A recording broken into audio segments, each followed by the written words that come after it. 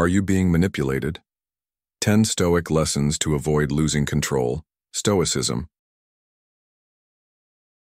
He who controls others may be powerful, but he who has mastered himself is mightier still. Lao Tzu. Have you ever caught yourself questioning your own thoughts after a simple conversation, feeling like you're trapped in a fog of uncertainty? Or perhaps you've agreed to something you never truly wanted, only to wonder later, why? If you've experienced this, you may have unknowingly fallen victim to manipulation. In today's hyper-connected world, manipulation has evolved beyond personal interactions. It now seeps into our lives through the media, social networks, and even societal systems. While some exchanges with others can uplift and empower us, what happens when hidden intentions start to control the narrative and undermine your autonomy? This video isn't just another guide, it's a crucial exploration into the reality of manipulation. Together, we'll uncover 10 Stoic lessons that will not only help you identify manipulation, but also provide you with practical tools to regain control over your life. Because in a world where manipulation is pervasive, your clarity and freedom are your greatest defenses. Welcome to Stoic in Your Life. If this is your first time here, support the channel by liking this video and subscribing. Together, let's embark on a journey of empowerment, equipping ourselves with ancient Stoic wisdom to navigate the modern complexities of influence and control. Let's dive in. Lesson 1. Beware of logical fallacies. We are more often frightened than hurt, and we suffer more in imagination than in reality. Seneca. Have you ever walked away from an argument feeling like something didn't sit right, even though the other person seemed to have all the answers? Maybe they questioned your judgment or attacked your character, leaving you second-guessing yourself. What you might not realize is that you've likely encountered a logical fallacy, a deceptive tactic that makes an argument seem valid, even when it's built on shaky ground. Logical fallacies are the hidden traps in conversations designed to cloud your thinking and sway your decisions. In a world where we're bombarded with opinions, media narratives, and personal exchanges, knowing how to spot these fallacies isn't just helpful, it's essential for maintaining control over your thoughts and decisions. One of the most common logical fallacies is ad hominem, where the focus shifts from the argument itself to a personal attack. This tactic works like a smokescreen, diverting attention from the real issue by discrediting the person making the argument. For example, let's say you're discussing workplace equality, and instead of addressing your points, someone criticizes your professional background or personal choices. The goal isn't to engage in meaningful dialogue, but to undermine your credibility, leaving you feeling silenced or invalidated. Epictetus wisely reminds us, it's not what happens to you, but how you react to it that matters. Recognizing when someone is trying to manipulate you through personal attacks allows you to stay focused on the argument and avoid being drawn into their emotional games. Another deceptive tactic is the hasty generalization. This occurs when someone draws a broad conclusion based on insufficient evidence, such as assuming all leaders are corrupt because one politician was caught in a scandal. This fallacy exploits our natural tendency to categorize the world quickly, but doing so often leads to misunderstanding and unnecessary conflict. As Marcus Aurelius advised, you have power over your mind, not outside events. Realize this, and you will find strength. In modern life, this means pausing to question whether the evidence truly supports a sweeping claim, rather than letting exaggerated conclusions dictate your views. Then there's the infamous slippery slope fallacy, which suggests that one small action will inevitably lead to catastrophic consequences. For instance, a colleague might argue that taking a single day off will destroy your career, or that declining a social event will ruin your friendships forever. This type of reasoning weaponizes fear, exaggerating the potential outcomes to pressure you into compliance. Here, the wisdom of Seneca comes into play. He who is brave is free. Instead of letting fear dictate your choices, Ask yourself whether the supposed chain of events is realistic or merely a tool for manipulation. So, how can you defend yourself against these mental pitfalls and ensure your reasoning stays sharp? Start by educating yourself about common logical fallacies and understanding how they operate in daily conversations. This isn't just a philosophical exercise, it's a practical tool for navigating relationships, media, and decision-making. When you hear an argument, pause and reflect. Does it address the issue at hand? Is it based on solid evidence, or is it filled with assumptions and emotional appeals? Developing this habit of critical thinking is like fortifying your mind with an impenetrable shield, allowing you to filter out manipulation and focus on what truly matters. In addition to sharpening your awareness, cultivate the ability to question claims respectfully, but firmly. If someone presents a flawed argument, respond with curiosity rather than confrontation. That's an interesting point. Can you provide more evidence to support it? This approach not only keeps the conversation productive, but also signals that you're not easily swayed by unsupported claims. Stoic philosopher Epictetus emphasized the importance of aligning our actions with reason. First, say to yourself what you would be, and then do what you have to do. By grounding your responses in logic and composure, you model the very principles you seek to uphold. Finally, apply these principles to your own thinking. It's easy to fall into the trap of using logical fallacies when emotions run high or when you're eager to win an argument.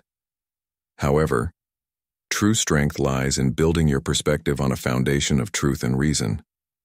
When you base your arguments on facts and avoid shortcuts like generalizations or personal attacks, you not only elevate the conversation, but also strengthen your integrity. This practice ties directly to modern life, where the pressure to conform or react impulsively is constant. As Marcus Aurelius encouraged, waste no more time arguing about what a good man should be. Be one. Understanding and avoiding logical fallacies isn't just about improving your arguments, it's about reclaiming control over your mind and emotions in an age where influence is everywhere. From heated discussions at work to the endless stream of opinions on social media, your ability to recognize manipulation empowers you to stay rooted in your values and make decisions with clarity. Think of each encounter with a fallacy as an opportunity to sharpen your reasoning, much like a Stoic sharpening his resolve against external challenges. Remember that logical fallacies are like invisible traps, easier to fall into than to recognize. By learning to spot them, you not only protect yourself from being misled, but also contribute to more honest and constructive interactions. As you practice these skills, keep the words of Epictetus close to heart. Don't explain your philosophy, embody it. In a world filled with noise, embodying clarity and reason is a rare but powerful gift, one that allows you to remain steadfast even in the face of manipulation. Lesson 2. Awareness of information overload. Beware the barrenness of a busy life. Socrates. In today's world, does it ever feel like you're drowning in a sea of information, unable to catch your breath? Notifications pinging, emails piling up, opinions flying at you from every corner. It's no wonder our minds often feel cluttered and overwhelmed. Information overload is one of the most subtle yet powerful forms of manipulation because it masks itself as helpful knowledge while quietly clouding your judgment. When you're bombarded with endless streams of data, facts, and opinions, your mind can struggle to filter out what matters, leaving you vulnerable to confusion and manipulation. Have you ever noticed how some people or systems use this flood of information to distract you from the real issue or make you so overwhelmed that you simply go along with their narrative? If this feels familiar, you're not alone. This is why understanding and countering information overload is crucial for reclaiming clarity and control over your life. Let me tell you a quick story. A man named Dan was once a successful professional managing a team of 15 people. His day started and ended with his phone, emails from work, breaking news alerts, social media updates, and even health notifications reminding him to drink water. He prided himself on staying informed and efficient. But over time, Dan found himself constantly tired, indecisive, and unable to focus. During meetings, He felt like his thoughts were scattered, as if his mind was stuck in a traffic jam of ideas, data, and competing priorities. One day, his son asked him a simple question. "Dad, why are you always looking at your phone?" That question jolted him, making him realize he was so consumed by managing information that he had stopped managing his life. Dan's struggle is not unique. It's the story of many who are silently manipulated by the sheer volume of content they consume, making it nearly impossible to think critically or make deliberate decisions. So how does this relate to manipulation? When you're overwhelmed by information, your mental defenses weaken, and you're more likely to make decisions based on confusion or exhaustion rather than reason.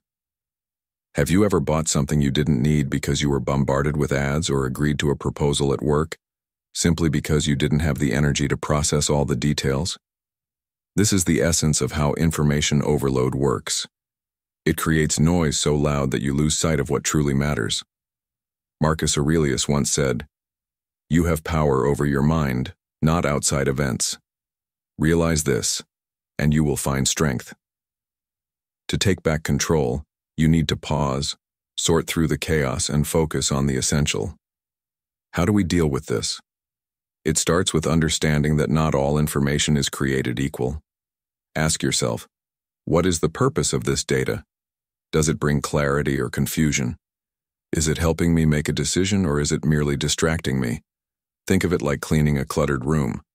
You wouldn't keep every single item. Instead, you'd sort through what's important and discard the rest. The same principle applies to your mind. Start by setting clear boundaries around the information you consume. Turn off unnecessary notifications, limit your exposure to endless news cycles, and designate specific times for checking email or social media. This simple practice allows your mind to breathe and regain its focus. Another critical step is learning to question the intent behind the information you receive. Who benefits from you being overloaded? Whether it's an advertiser, a political group, or even a colleague at work, there's often a hidden agenda in overwhelming you with excessive details.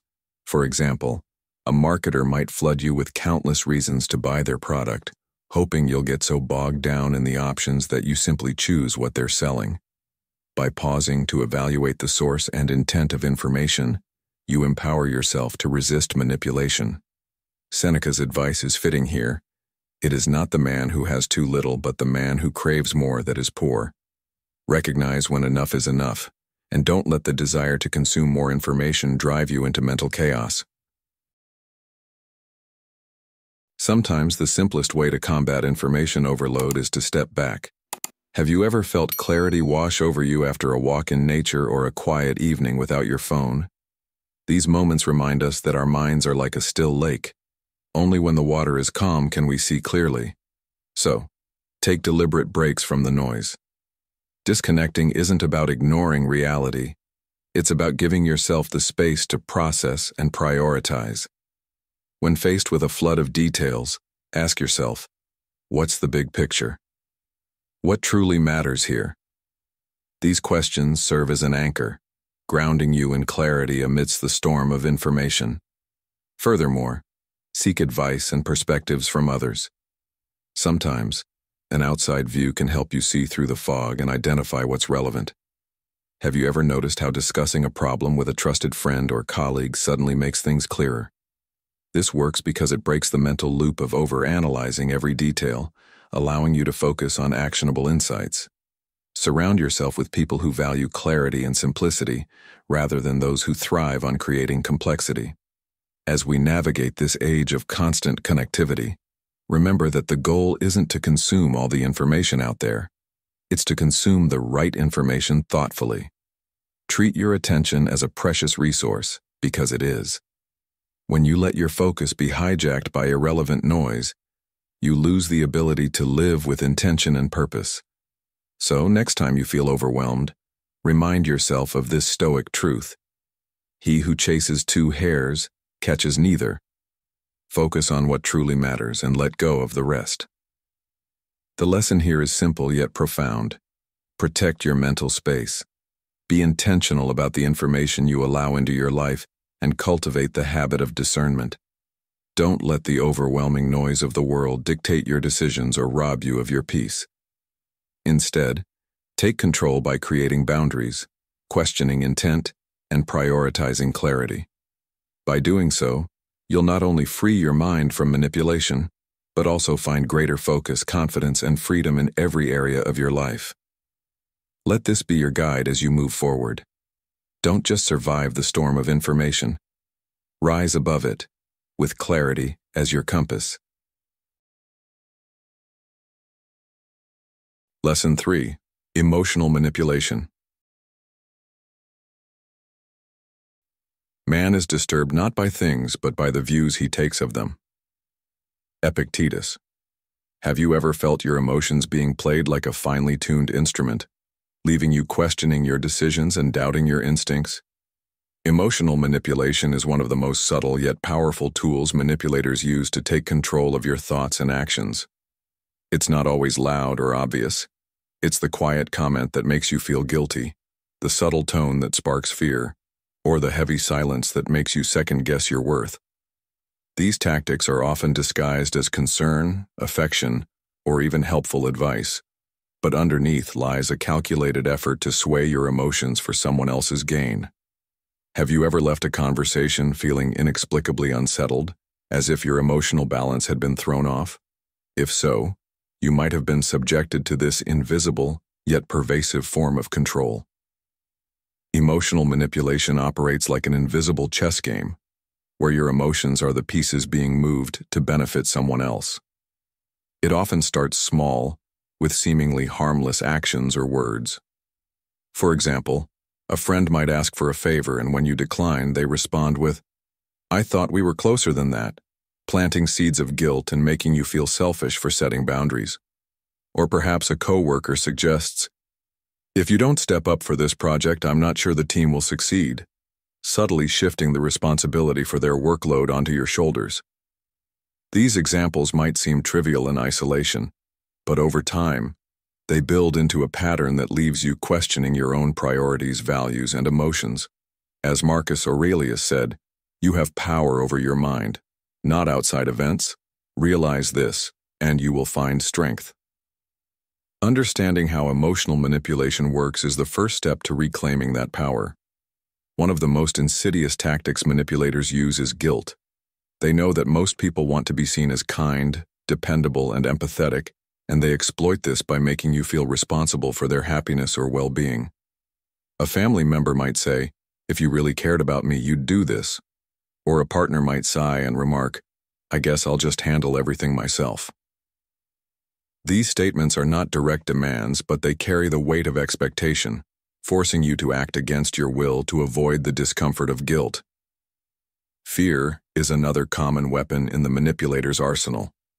They might imply that something terrible will happen if you don't follow their guidance, framing themselves as the only person who can steer you to safety. For instance, a colleague might say, "If you don't agree to this plan, it could ruin our entire department," exploiting your fear of failure or blame to secure your compliance. These tactics rely on your emotional reactions to override your logical thinking, making you an easy target for control. So how do you protect yourself from these emotional traps? The first and most important step is self-awareness. Take the time to understand your own emotional triggers. What makes you feel guilty, afraid, or insecure? The more familiar you are with your own emotions, the less likely you are to be caught off guard when someone tries to manipulate them. Epictetus wisely observed, "Know, first, who you are, and then adorn yourself accordingly." This means developing a deep understanding of your values and boundaries so that you can recognize when someone is pushing you to act in ways that don't align with them. For example, if you value your personal time, but find yourself constantly saying yes to unreasonable requests, it's a sign that guilt or fear might be influencing your decisions. Awareness is like a lighthouse guiding you through the fog of manipulation. It doesn't eliminate the challenges, but it makes them easier to navigate. Setting clear boundaries is another essential defense against emotional manipulation. Boundaries are not about shutting people out. They're about protecting your emotional space and ensuring that your actions align with your values. When someone tries to guilt you into doing something, respond firmly but kindly. I understand that this is important to you, but I can't commit to it right now. Or if someone uses fear to sway you, ask questions to clarify the situation. What specific risks are you concerned about, and how can we address them together? These responses show that you are willing to engage, but not at the expense of your autonomy. As Seneca said, associate with those who will make a better man of you. By setting boundaries, you encourage healthy relationships built on mutual respect rather than control. Another key strategy is to maintain balance in your relationships. Emotional manipulation thrives in unbalanced dynamics where one person's needs consistently overshadow the others. Take a moment to reflect on your relationships. Are they mutually supportive, or do you feel like you're always giving while the other person takes? A healthy relationship is like a well-rehearsed dance, where both partners move in harmony, respecting each other's rhythm. If you find yourself always dancing to someone else's tune, it may be time to reassess that relationship and make adjustments. Remember, you cannot pour from an empty cup. Taking care of your emotional well-being is not selfish, it's necessary. Finally, don't underestimate the power of honest communication. Sometimes manipulators don't realize the impact of their actions, and addressing the issue directly can shift the dynamic. For example, if a friend often uses guilt to influence you, calmly say, "I've noticed that I feel pressured when you phrase things this way. Can we discuss this differently?" This approach is not about accusing or blaming, but about expressing how you feel and inviting the other person to meet you halfway. Open dialogue can be uncomfortable, but it's often the most effective way to dismantle manipulation. As Epictetus reminds us, freedom is the only worthy goal in life. It is won by disregarding things that lie beyond our control. By speaking openly, you reclaim control over your emotions and foster healthier interactions. Emotional manipulation is a subtle yet powerful force, but with self-awareness, boundaries, balance, and honest communication, you can protect yourself and thrive. The next time you feel your emotions being pulled in directions that don't align with your values, pause and ask yourself, am I acting out of guilt or fear, or am I staying true to myself? Remember, you have the power to shape your emotional responses and safeguard your autonomy. As you navigate relationships in your personal and professional life, keep this Stoic wisdom close to heart.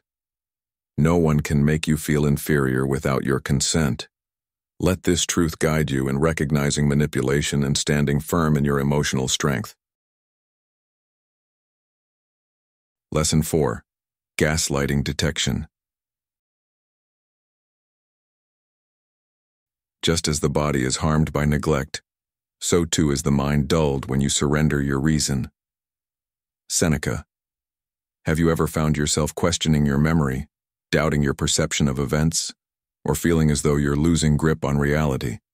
If so, you may have been a victim of gaslighting, a subtle but insidious form of manipulation designed to make you doubt your own sanity. Gaslighting isn't about overt control. It's a gradual and calculated erosion of your confidence in your ability to trust yourself.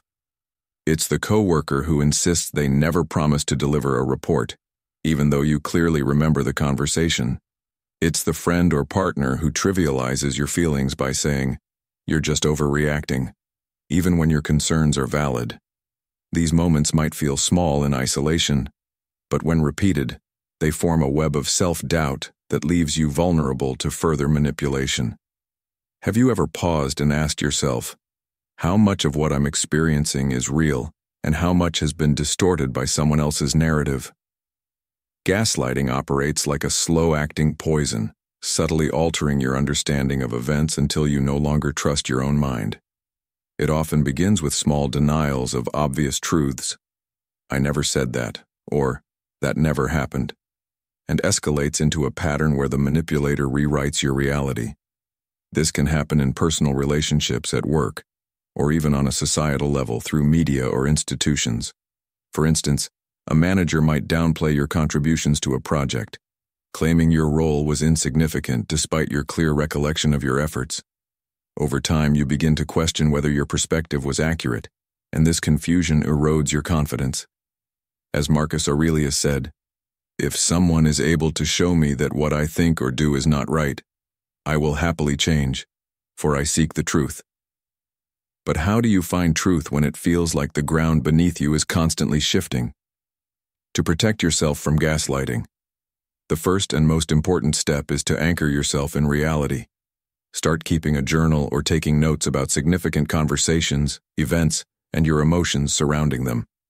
When someone tries to distort your memory, you'll have a tangible record to counter their claims. This isn't about being argumentative or defensive. It's about preserving your clarity and self-trust. For example, if a colleague denies agreeing to a deadline, you can refer back to the email or meeting notes where it was discussed. Keeping records is not just a tool for self-defense, it's a way to reclaim your sense of agency in a world where others may try to manipulate your perspective. As Epictetus wisely observed, the key is to keep company only with people who uplift you, whose presence calls forth your best. Seeking validation from trusted individuals is another powerful strategy against gaslighting. If you're unsure about your recollection of events, ask someone you trust to offer their perspective. This could be a close friend, a family member, or a mentor who has no vested interest in the situation. Their unbiased opinion can help you see through the fog and reaffirm your confidence in your understanding. For instance, if a partner consistently tells you that you're too sensitive, but your trusted friend affirms that your feelings are reasonable, you'll begin to see the manipulator's tactics for what they are. Remember, no one has the right to define your reality except you. As Seneca said, "No man is free who is not master of himself." In addition to external validation, developing inner resilience is crucial. This means learning to trust your instincts and perceptions, even when they're challenged. Ask yourself, does this feel right? Does this align with my understanding of who I am and what I value? Manipulators rely on their targets to question themselves more than the manipulator's intentions. By cultivating self-awareness and emotional intelligence, you strengthen your ability to recognize when someone is attempting to distort your reality. It's important to remind yourself that disagreement or conflict doesn't automatically make you wrong. It's a normal part of human interaction. As Marcus Aurelius advises, you have power over your mind, not outside events. Realize this, and you will find strength. Gaslighting also thrives in environments where communication is unclear or one-sided. If you sense that someone is attempting to manipulate your reality, don't hesitate to address it directly but calmly. For example, you might say, "When you say that I'm misremembering, it makes me feel like my perspective isn't valid. Can we revisit what happened and clarify together?" This approach shifts the focus from blame to collaboration, making it harder for the manipulator to continue their tactics. If they respond defensively or dismissively, that's a clear red flag that their intentions may not be sincere. Confronting gaslighting can be uncomfortable, but it's a necessary step to reclaiming your autonomy and emotional well-being. In modern life, gaslighting isn't limited to personal relationships.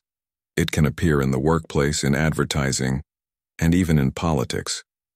For example, a company might release conflicting reports about their practices to confuse consumers or deny any wrongdoing when confronted with clear evidence. Recognizing these larger-scale manipulations requires the same skills as addressing them in personal interactions: clarity, evidence, and confidence in your understanding. Seneca's wisdom is especially relevant here.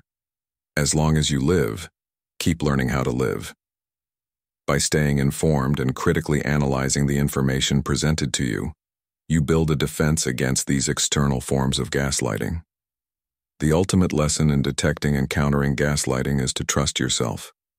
Manipulators aim to make you dependent on their version of reality, but by anchoring yourself in truth, seeking support from trusted allies, and cultivating resilience, you can dismantle their influence. When you feel your confidence wavering, ask yourself, am I being fair to my own perspective? Am I allowing someone else to rewrite my story? As you navigate these challenges, remember the words of Epictetus. It's not what happens to you, but how you react to it that matters. By staying rooted in your truth, you not only protect yourself from manipulation, but also empower yourself to live with greater clarity, confidence, and freedom. Gaslighting can only thrive in the absence of self-trust, so let your trust in yourself be the light that guides you out of the darkness. Thank you for being part of today's video. Your presence here means a lot to us, and we're grateful to have you in this growing community. If you'd like, share your thoughts or experiences in the comments below. If you're new, simply type, "I am a newbie," or if you've been with us for a while, write, "I am Stoic." Your engagement not only helps us understand your journey, but also inspires us to keep creating meaningful content for you. Now, let's take the next step in this journey together, shall we? Lesson 5. Awareness of Group Pressure. The mind that is anxious about future events is miserable. Seneca. Have you ever gone along with something just because everyone else seemed to agree, even though it didn't sit well with you? Maybe you stayed silent in a meeting while others praised a flawed plan, or perhaps you made a purchase because it was trendy, not because it was meaningful to you. This is the subtle but powerful influence of group pressure, a force that quietly pulls us into conformity without us even realizing it. Group pressure often disguises itself as a sense of belonging, safety, or approval, but in reality, it can lead us away from our principles and values. How many times have you compromised your own judgment or intuition simply to avoid standing out? If you've ever felt this way, you're not alone.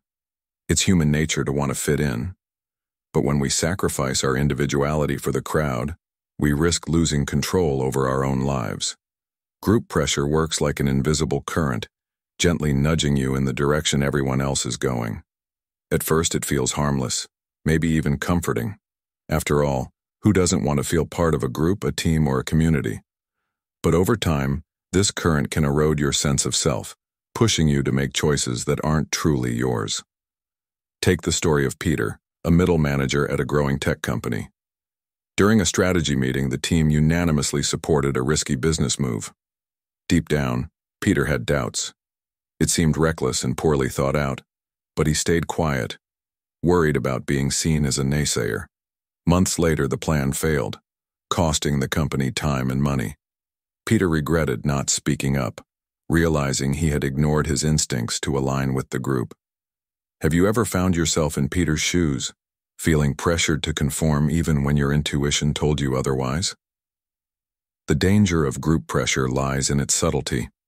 It doesn't always come in the form of explicit demands or threats. Often it manifests as unspoken expectations or a fear of standing out. In a world driven by trends, social media, and workplace dynamics, it's easy to feel like you must follow the crowd to succeed or be accepted. But is the path you're following truly your own? Marcus Aurelius reminds us, "It never ceases to amaze me. We all love ourselves more than other people, but care more about their opinions than our own." This is a profound truth.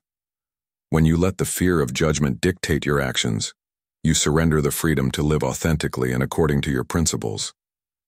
So, how do you recognize and resist the pull of group pressure? The first step is self-awareness. Ask yourself, what are my core values?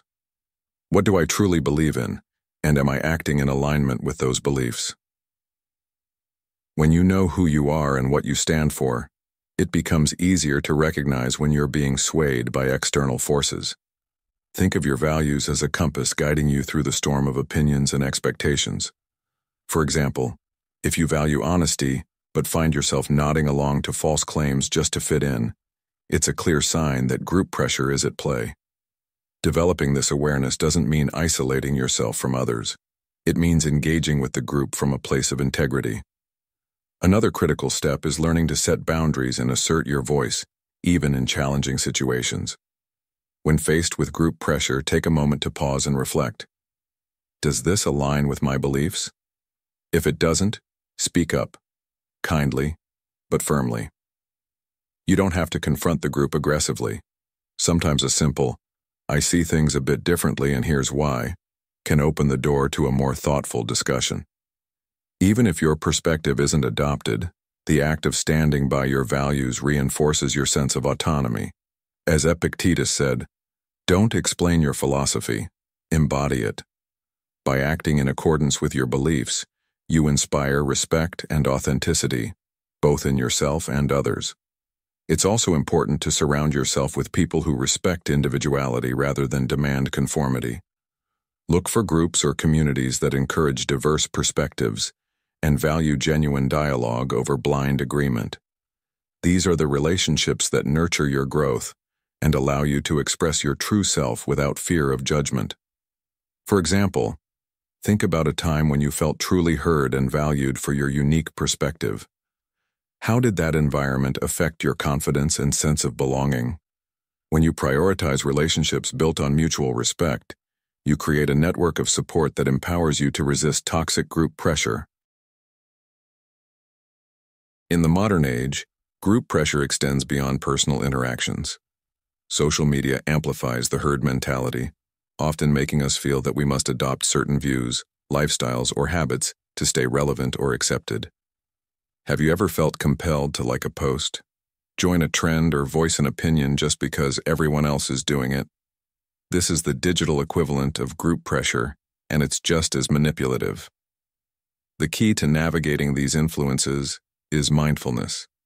Before reacting or participating, ask yourself, am I doing this because it aligns with my values, or because I'm afraid of missing out or being judged?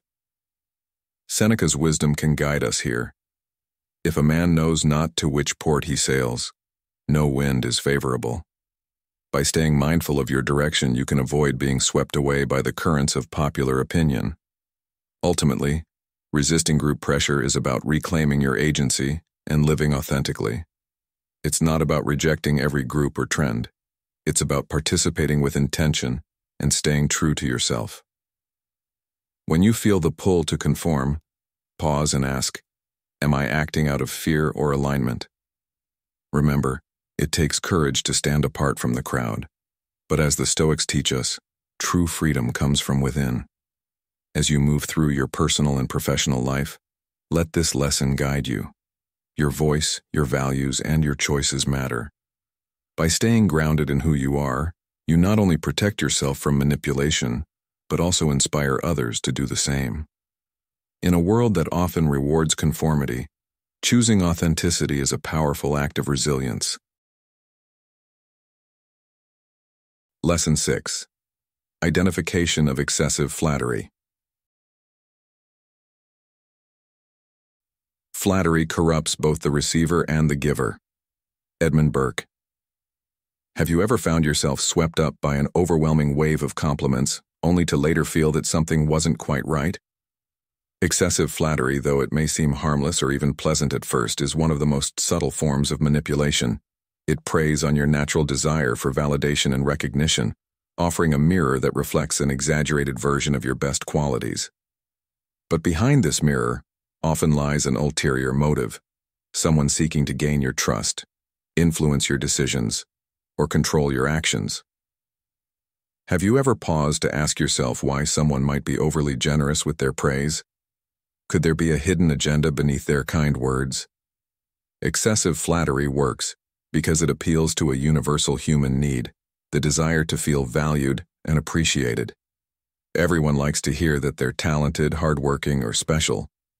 But manipulators use flattery as a tool to lower your defenses, making you more likely to trust them or grant their requests.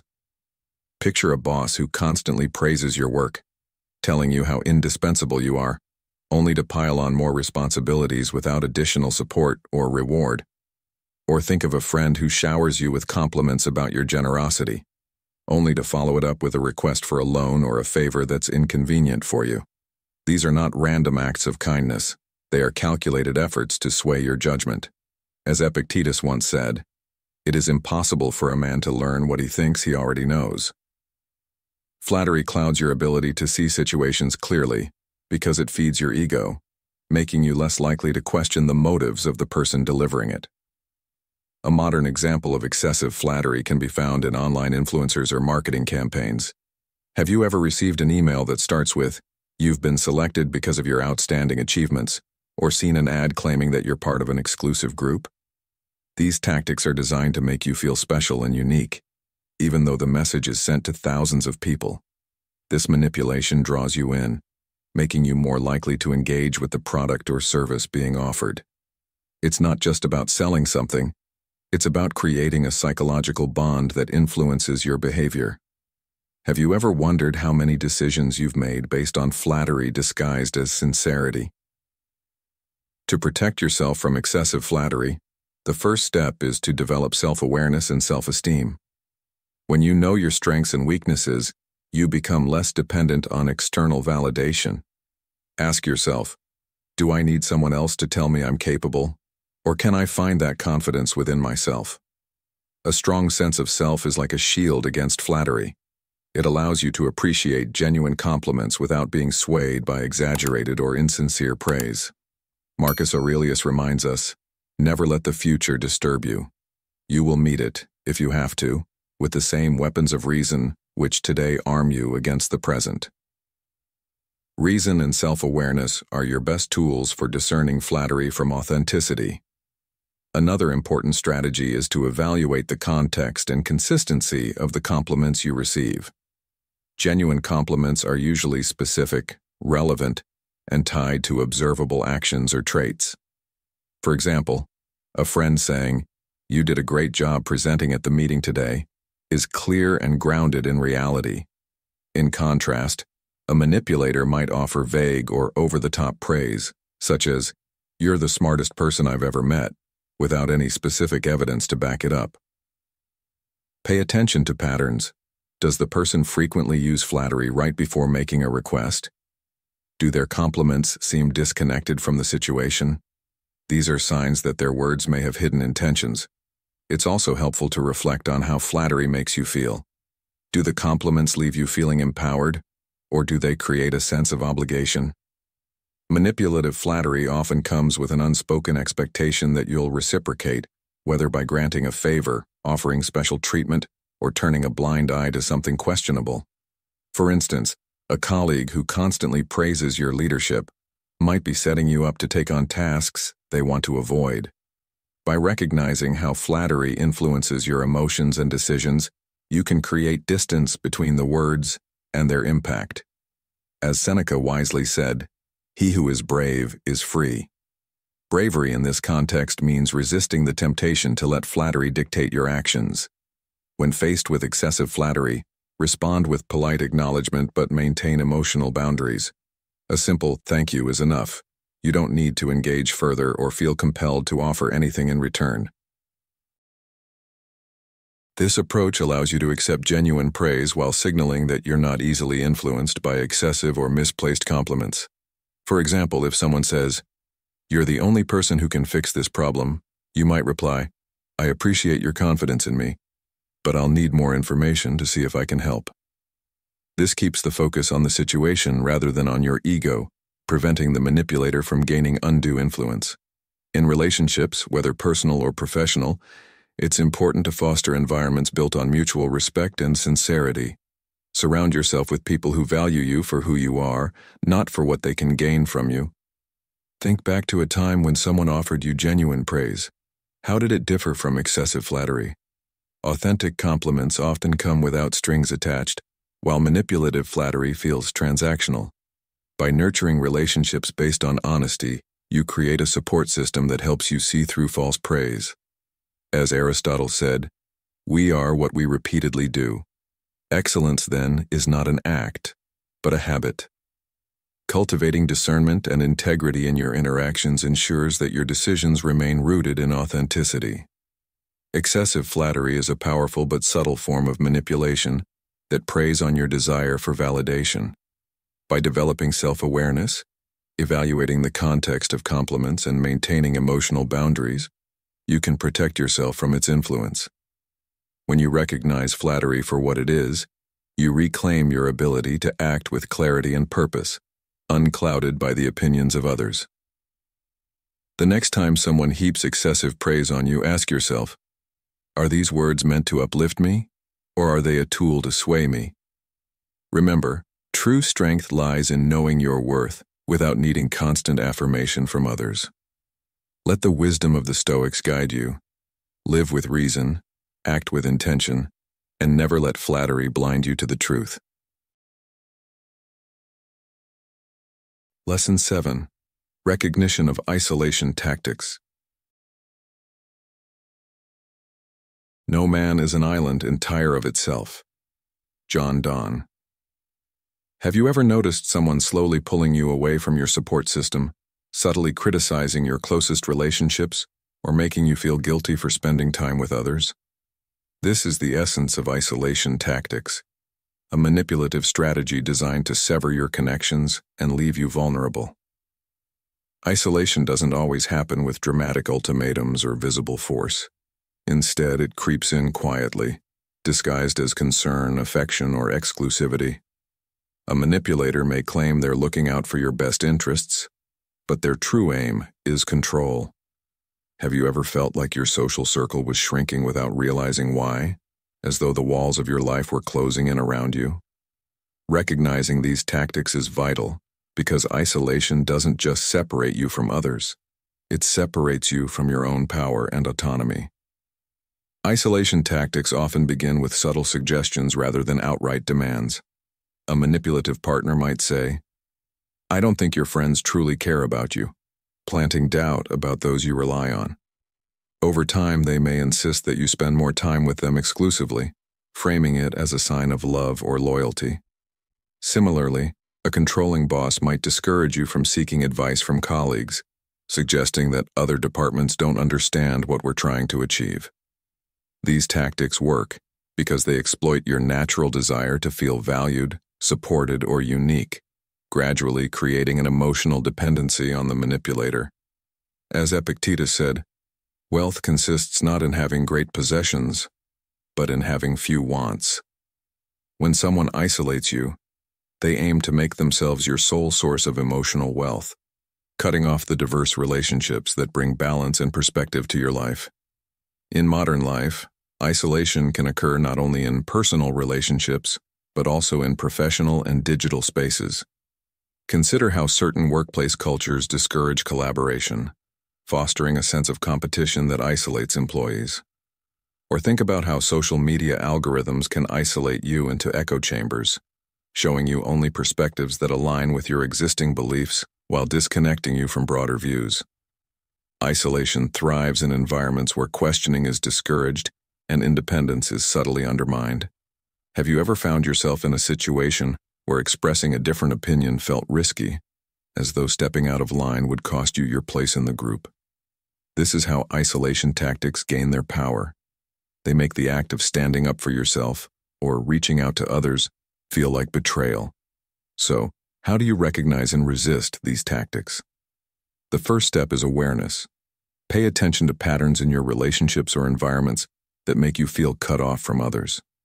Is someone frequently discouraging you from seeing your friends or family, framing it as a favor to you? Are they subtly questioning the loyalty or intentions of those closest to you? These are red flags that should not be ignored. As Seneca wisely observed, associate with people who are likely to improve you. Healthy relationships encourage growth, connection, and independence, not isolation. When someone's behavior makes your world feel smaller, it's worth questioning their motives. Building and maintaining strong relationships outside of the manipulative dynamic is another key defense against isolation. Ensure that you stay connected to friends, family, and trusted colleagues, even if it requires effort. A manipulator may try to make you feel guilty for prioritizing these relationships, but remember that a balanced life requires diverse sources of support. For example, if a friend or partner says, "You spend too much time with your family," respond calmly but firmly, "My relationships are important to me, and maintaining them helps me stay grounded." This approach reinforces your boundaries while signaling that you value connection over control. Marcus Aurelius reminded us, "The impediment to action advances action. What stands in the way becomes the way."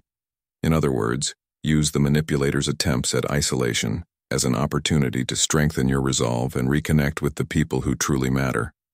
Another effective strategy is to cultivate self-reliance and self-awareness. Manipulators often isolate you by making you question your own judgment, suggesting that others don't have your best interests at heart. Counter this by trusting your instincts and regularly reflecting on your values and goals. Are the people in your life supporting your growth, or are they restricting it? When you have a clear sense of your priorities and a strong connection to your inner compass, it becomes much harder for someone to isolate you from your own sense of purpose. Epictetus emphasized this when he said, "First say to yourself what you would be, and then do what you have to do." Knowing yourself is the foundation of resisting isolation because it prevents others from dictating your sense of belonging. In addition to self-awareness, seek out diverse communities that value openness and mutual respect. Surrounding yourself with people who encourage different perspectives and celebrate individuality can act as a buffer against isolation tactics. Whether it's a supportive workplace, a hobby group, or a close-knit circle of friends, these connections remind you that your worth isn't tied to any one relationship or group. Think about the last time you felt truly connected to others. How did that experience empower you? By prioritizing relationships that uplift and inspire you, you create a network of support that resists the narrowing effects of isolation. If you suspect someone is using isolation tactics against you, confront the behavior directly but with calm confidence. For example, you might say, "I've noticed that you often discourage me from spending time with others. Can we talk about why that is?" This approach invites dialogue while making it clear that you're aware of the behavior. If the person becomes defensive or tries to turn the blame on you, it's a strong indicator that their intentions may not be healthy. Remember, as Seneca said, you must live for others if you wish to live for yourself. Healthy relationships are built on mutual respect and shared freedom, not control or dependence. Recognizing isolation tactics is about understanding the ways manipulators seek to limit your connections and asserting your right to maintain a full and balanced life. Whether in personal relationships, the workplace, or digital spaces, isolation is a tool used to weaken your independence and create reliance on someone else's narrative. By staying aware, nurturing diverse relationships, and trusting your instincts, you can break free from these tactics and reclaim your autonomy. The next time you feel someone attempting to shrink your world, ask yourself, is this behavior making me stronger and more connected, or is it isolating me from what matters most? Let the wisdom of the Stoics guide you to resist isolation and live a life of courage, connection, and authenticity. If you've made it this far, you're a champion of self-awareness. Drop a comment saying, "I choose clarity," to show your commitment to breaking free from manipulation and embracing Stoic wisdom. Stay tuned. Your journey to greater control and freedom is just beginning. Lesson 8. Alert to ultimatums. Freedom is the only worthy goal in life. It is won by disregarding things that lie beyond our control. Epictetus. Have you ever been in a situation where someone demanded you make a choice with phrases like, "If you truly cared about me, you'd do this," or "If you don't agree, then we're done"? Ultimatums are manipulative tools designed to corner you, stripping away your freedom to decide on your own terms. They create a false sense of urgency and force compliance by leveraging fear, guilt, or emotional pressure. But the truth is, ultimatums are rarely about resolving issues. They are about gaining control. Have you ever paused to reflect on how ultimatums impact your ability to think clearly and act in alignment with your values? Recognizing and responding to them effectively is essential for maintaining your autonomy and integrity. Ultimatums often come disguised as seemingly straightforward choices, but in reality, they are carefully crafted traps designed to limit your options. A manipulator's goal is to make the decision feel immediate and unavoidable, exploiting your emotions to force compliance. For example, a boss might say, "If you don't work overtime, I'll have to reconsider your commitment to this job," implying that your entire career hangs in the balance. Similarly, a friend or partner might declare, "If you don't take my side, I don't know if we can stay close," subtly weaponizing your fear of losing the relationship. These tactics rely on triggering emotional reactions, fear of rejection, guilt for disappointing someone, or anxiety about consequences, making it harder for you to step back and evaluate the situation rationally.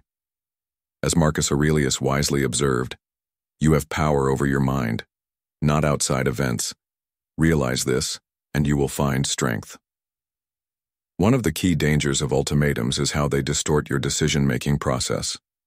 Instead of considering what aligns with your values and goals, you find yourself reacting to the pressure, prioritizing immediate relief over long-term clarity. For instance, think about a situation where a family member demanded you drop everything to help them, framing it as a test of your loyalty. Did you comply because it was the right thing to do, or because the guilt was too overwhelming to resist? This is the power of ultimatums. They bypass your logical reasoning and exploit your emotions, leaving you feeling trapped. Have you ever wondered how often you've made decisions not because they felt right, but because someone else forced your hand? To break free from the grip of ultimatums, the first step is to recognize them for what they are. Pay attention to language that limits your options or imposes unfair consequences. Words like, if you don't, you must, or else, are often red flags that someone is attempting to control the narrative. Once you identify an ultimatum, pause and give yourself the space to think. Don't let the pressure force you into an immediate decision. As Epictetus reminds us, it's not what happens to you, but how you react to it that matters. By taking a moment to reflect, you can regain control over your emotions and approach the situation with clarity. When responding to ultimatums, assert your boundaries calmly but firmly. Let the other person know that you won't be rushed or coerced into making a decision. For example, if a friend says, "If you don't help me move this weekend, I guess I'll have to do it alone," you might reply, "I understand that you need help, but I can't commit to this weekend. Let's find another solution together." This approach shifts the focus away from the manipulative pressure and back onto finding a constructive resolution. By standing your ground, you demonstrate that your decisions are guided by reason and values, not emotional blackmail. Another important strategy is to evaluate the relationship or situation in which ultimatums frequently arise. Healthy relationships are built on mutual respect and open communication, not demands and threats. If someone regularly uses ultimatums to get their way, it may be a sign of an unhealthy dynamic that needs to be addressed. Ask yourself, does this relationship bring out the best in me, or does it feel like a constant test of my loyalty or worth? As Seneca wisely noted, associate with people who are likely to improve you. Surrounding yourself with individuals who respect your autonomy creates an environment where manipulation has no place to thrive. In modern life, ultimatums can also appear in professional settings or societal pressures. Think about how advertisements often frame choices. Act now, or this once-in-a-lifetime offer will disappear. Or join today, or you'll miss out. These messages are designed to create a false sense of urgency, pushing you to act impulsively rather than making an informed decision. Recognizing these tactics in broader context helps you develop a mindset of critical thinking and intentionality. Instead of reacting to the pressure, ask yourself, does this align with my needs and priorities, or am I being rushed into something I'll regret? Remember, as Marcus Aurelius said, waste no more time arguing about what a good man should be. Be one.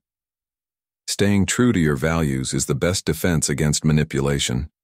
The ultimate lesson in handling ultimatums is to reclaim your agency and trust your judgment. Manipulators thrive on making you feel powerless. But by pausing, reflecting, and asserting your boundaries, you take back control of the situation. The next time you encounter an ultimatum, challenge it by asking, what are my true options here? Am I making this decision because it aligns with my principles, or because I feel pressured to comply? When you approach these situations with a clear mind and steady heart, you not only protect yourself from manipulation, but also inspire others to treat you with the respect you deserve. Ultimatums are manipulative tools that seek to corner you into acting against your will. By recognizing their tactics, responding with calm assertiveness, and prioritizing your values, you can dismantle their power and navigate life with greater clarity and freedom. Let the wisdom of the Stoics guide you. Live with intention, act with reason, and never let someone else dictate the terms of your choices. True strength lies in knowing that your decisions are your own, unclouded by fear, guilt, or coercion. When you stand firm in your autonomy, you become not only resilient to manipulation but also an example of courage and authenticity in a world that often tries to undermine both. Lesson 9. Recognizing blame. Waste no more time arguing about what a good man should be. Be one. Marcus Aurelius. Have you ever found yourself on the receiving end of a conversation that left you feeling like everything was somehow your fault? Maybe you heard phrases like, "If you hadn't done that, I wouldn't have reacted this way," or, "You're making me feel terrible by not agreeing with me." These subtle statements are not just words. They're calculated tools of blame used to shift responsibility from the accuser to you. Blame, when wielded as a manipulative tactic, can chip away at your confidence, distort your perception of reality, and leave you questioning your own worth. Have you ever stopped to ask yourself, am I genuinely at fault here, or is someone simply trying to control the narrative? Recognizing when blame is being unfairly directed at you is the first step toward reclaiming your emotional balance and autonomy. Blame is one of the oldest tools of manipulation, often cloaked in language that seems logical or even caring on the surface. A friend might say, "I wouldn't be upset if you'd just listened to me," making their emotions seem entirely your responsibility. A partner might remark, "If you loved me, you'd have done this for me," tying your feelings for them to a specific action, or lack thereof. Even in the workplace, blame can rear its head in subtle ways, such as a colleague suggesting, "The project only fell through because you didn't handle your part on time," conveniently ignoring their own shortcomings. These statements work because they tap into your natural desire to maintain harmony and avoid conflict, but over time, they create an unhealthy dynamic where you feel obligated to take on burdens that were never yours to bear. As Seneca wisely observed, we suffer more in imagination than in reality. Often the guilt and responsibility we take on because of manipulative blame are far heavier in our minds than they are in truth. In modern life, blame doesn't always come in direct accusations. It can also take the form of implied guilt or shifting standards. Think about how marketing works. Companies often suggest that if you're not using their product, you're somehow failing at life. Ads for gym memberships tell you, "You have no excuse not to work out," while advertisements for luxury cars imply that you're not successful unless you own one. These messages subtly place blame on you for not measuring up, steering your decisions through guilt rather than genuine need or desire. Have you ever considered how often this type of blame shapes your choices, making you prioritize things that don't align with your true values? Recognizing blame in these contexts requires a sharp awareness of how external pressures influence your inner world. So how can you tell when blame is being unfairly placed on you? And more importantly, how can you respond? The first step is to pause and reflect. When someone blames you, ask yourself, is this criticism fair? Is it based on facts, or is it rooted in emotions or assumptions?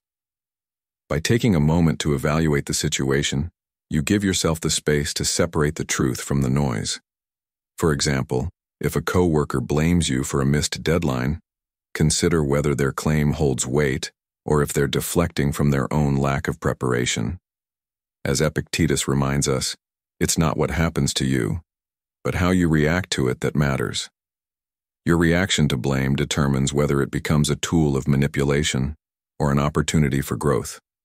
Once you've identified unfair blame, the next step is to respond assertively. This doesn't mean being defensive or argumentative, it means calmly clarifying your perspective while setting boundaries. For instance, if a friend says, "You never make time for me," you might reply, "I value our friendship, but I also have other commitments that need my attention." This approach acknowledges their feelings without accepting undue responsibility. Similarly, if a manager blames you for a team failure, you can say, I understand your concerns, but I believe this issue was a result of several factors. Let's work together to find a solution. These responses not only protect your self-respect, but also shift the focus from blame to problem solving. Another key strategy for handling blame is self-reflection. While it's important to recognize unfair accusations, it's equally essential to own your role in situations where you may have genuinely fallen short. Taking responsibility for your actions not because someone forced you to, but because it aligns with your values, builds trust and integrity in your relationships.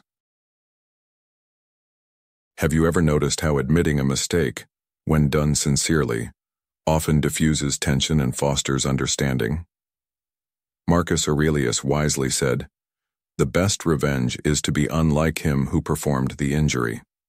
In other words, responding to blame with honesty and accountability, rather than blame in return, elevates you above the manipulative dynamics of others. In relationships, it's crucial to foster an environment where open communication replaces blame. Encourage those around you to express their concerns without turning them into accusations. For example, instead of saying, "You never help around the house," a partner might say, "I feel overwhelmed and would appreciate more support." This shift in language creates space for constructive dialogue rather than conflict. If someone close to you often resorts to blame, have a conversation about how it affects you and propose healthier ways to address issues. As Seneca noted, life is long if you know how to use it. Investing in clear, respectful communication is one of the best ways to make the most of your time and energy. In professional settings, avoiding a culture of blame is just as important. Workplaces that focus on assigning fault rather than solving problems breed resentment and inefficiency. If you find yourself in such an environment, try to redirect conversations toward solutions. For instance, if a meeting devolves into finger-pointing, you might say, "Instead of focusing on what went wrong, let's discuss how we can prevent this from happening again." By steering discussions toward progress, you contribute to a healthier and more productive atmosphere. At its core, blame is a tool that can either build or destroy. It depends on how it's wielded and how you choose to respond. When used constructively, taking responsibility fosters trust, growth, and understanding. But when blame becomes a weapon of manipulation, it's essential to recognize it and refuse to carry burdens that aren't yours. The next time you feel the weight of blame pressing down on you, pause and ask yourself, "Is this mine to carry, or is someone trying to shift their load onto me?" By staying true to your values, asserting your boundaries, and seeking solutions rather than assigning fault, you reclaim your power and protect your peace of mind. Recognizing blame is not just about protecting yourself from unfair accusations. It's about cultivating self-awareness and fostering relationships built on respect and accountability. As you navigate the complexities of life, let the wisdom of the Stoics remind you to act with reason, respond with clarity, and remain anchored in your truth. Blame, when handled thoughtfully, can become an opportunity for growth rather than a tool for manipulation. Let this lesson guide you in standing firm against unfair blame, while embracing responsibility where it matters, so you can live with integrity and strength in all areas of your life. Lesson 10. Identifying topic shifting. Better to trip with the feet than with the tongue. Zeno of Citium. Have you ever been in a conversation where you tried to address a specific issue, but the discussion veered off course, leaving you feeling confused and frustrated? This is the manipulative art of topic shifting, where the focus is intentionally diverted to avoid accountability or responsibility. Instead of addressing the heart of the matter, the manipulator skillfully steers the conversation toward unrelated subjects, deflecting attention from the issue at hand. Have you ever wondered why these shifts occur and how they can leave you doubting your ability to navigate discussions effectively? Recognizing this tactic is not only a matter of staying grounded in your arguments, but also a way to protect your confidence and autonomy. Topic shifting works because it creates confusion, distracting you from the main issue and making it harder to hold someone accountable. For example, you might confront a colleague about missing an important deadline, only to hear them bring up a time you were late to a meeting months ago. Suddenly, the focus is no longer on their failure, but on your unrelated action, effectively turning the tables and placing you on the defensive. This tactic is not about resolving the issue, it's about avoiding it. Similarly, in personal relationships, a partner might respond to your concerns about their behavior by pointing out an unrelated flaw in you, such as, "You always criticize me about small things." This deflection not only shifts the topic, but also creates guilt, making you less likely to persist with your original concern. As Marcus Aurelius wisely said, "You have power over your mind, not outside events. Realize this, and you will find strength." Staying aware of your thoughts and intentions is the key to countering this type of manipulation. One reason topic shifting is so effective is that it preys on our natural desire to be seen as reasonable and fair. When someone changes the subject to highlight our shortcomings or another unrelated issue, we instinctively feel the need to defend ourselves, even when we know the diversion is irrelevant. Have you ever stopped to consider how often you've been pulled into defending a point you didn't even intend to argue, simply because someone redirected the conversation? This tactic thrives on creating a sense of imbalance, where you feel obligated to justify yourself instead of addressing the issue you initially raised. Recognizing this imbalance is the first step in breaking free from its grasp. To counter topic shifting, start by clearly identifying the issue at hand and anchoring the conversation to it. If someone tries to deflect by introducing unrelated points, calmly bring the discussion back to the original topic. For instance, if you're discussing a missed project deadline and the person brings up unrelated concerns about your management style, you might say, "That's something we can address later, but for now let's focus on how we can prevent missed deadlines in the future." This approach not only redirects the conversation but also demonstrates that you are in control of your focus and won't be easily swayed. As Epictetus reminds us, when someone tries to intimidate you with insults, it is not the words themselves that hurt you, but your interpretation of them. By refusing to be derailed, you maintain your composure and clarity. Another effective strategy is to ask clarifying questions that highlight the shift in topic. For example, you could say, "I see that you're bringing up another point. How does that relate to what we're discussing right now?" This technique forces the other person to justify their deflection, often revealing it for the tactic it is. In addition, it shifts the burden of explanation back onto them, allowing you to regain control of the conversation. By keeping your tone neutral and inquisitive, you avoid escalating the discussion while firmly steering it back on track. It's also important to maintain emotional awareness during these exchanges. Manipulators use topic shifting not just to avoid accountability, but to provoke emotional reactions that further derail the conversation. If you find yourself feeling defensive, frustrated, or guilty, pause and ask yourself, "Am I being pulled into an argument that isn't relevant to the issue at hand?" This moment of reflection can help you regain your composure and refocus your energy where it matters most. As Seneca wisely observed, "He who is brave is free." Emotional resilience is your greatest weapon against manipulation, enabling you to stay grounded even when the conversation feels chaotic. In professional settings, topic shifting can be particularly damaging, as it undermines productivity and accountability. Consider a team meeting where a project manager avoids addressing a critical failure by shifting the discussion to minor successes or unrelated issues. This not only wastes time, but also prevents meaningful solutions from being implemented. In such situations, it's essential to call out the shift in a constructive manner. For example, you might say, "I appreciate the update on other projects, but let's return to discussing the challenges we faced with this specific task." By framing your response as a collaborative effort, you create an environment where accountability becomes the priority. In personal relationships, handling topic shifting requires a balance of empathy and assertiveness. If a loved one deflects from your concerns, acknowledge their feelings while gently steering the conversation back. For instance, if a partner shifts the topic to their own frustrations when you raise an issue, you might say, "I understand that you're feeling stressed and I'd like to support you, but let's address what I brought up first." so we can work through it together. This approach demonstrates care and respect while ensuring that your concerns are not dismissed. In today's digital age, topic shifting isn't limited to face-to-face interactions. Online discussions, social media debates, and even news outlets often employ this tactic to divert attention from critical issues. Have you ever noticed how political discussions frequently veer off into personal attacks or unrelated controversies? Recognizing these diversions in larger contexts helps you develop a critical eye, allowing you to stay focused on what truly matters.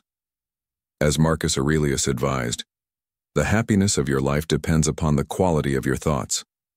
By cultivating discernment and refusing to be distracted, you protect your mental clarity in a world filled with noise. The ultimate lesson in identifying topic shifting is to stay anchored in your purpose and priorities. Whether in personal relationships, professional settings, or broader societal conversations, your ability to recognize and resist this tactic ensures that your energy is directed toward meaningful resolutions rather than unproductive detours. The next time someone shifts the topic, ask yourself, is this helping us move forward, or is it a distraction from the real issue? By staying calm, asking the right questions, and refocusing the discussion, you reclaim your power and foster accountability. Let the wisdom of the Stoics guide you.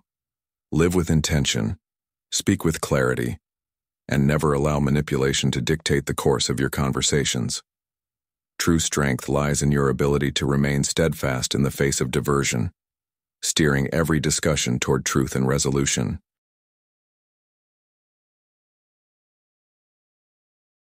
As we conclude this journey into the 10 Stoic lessons to avoid losing control, remember that true strength comes from self-awareness and resilience. Each principle we've explored is a tool to help you reclaim your autonomy, strengthen your emotional well-being, and live with greater clarity and purpose. Start small.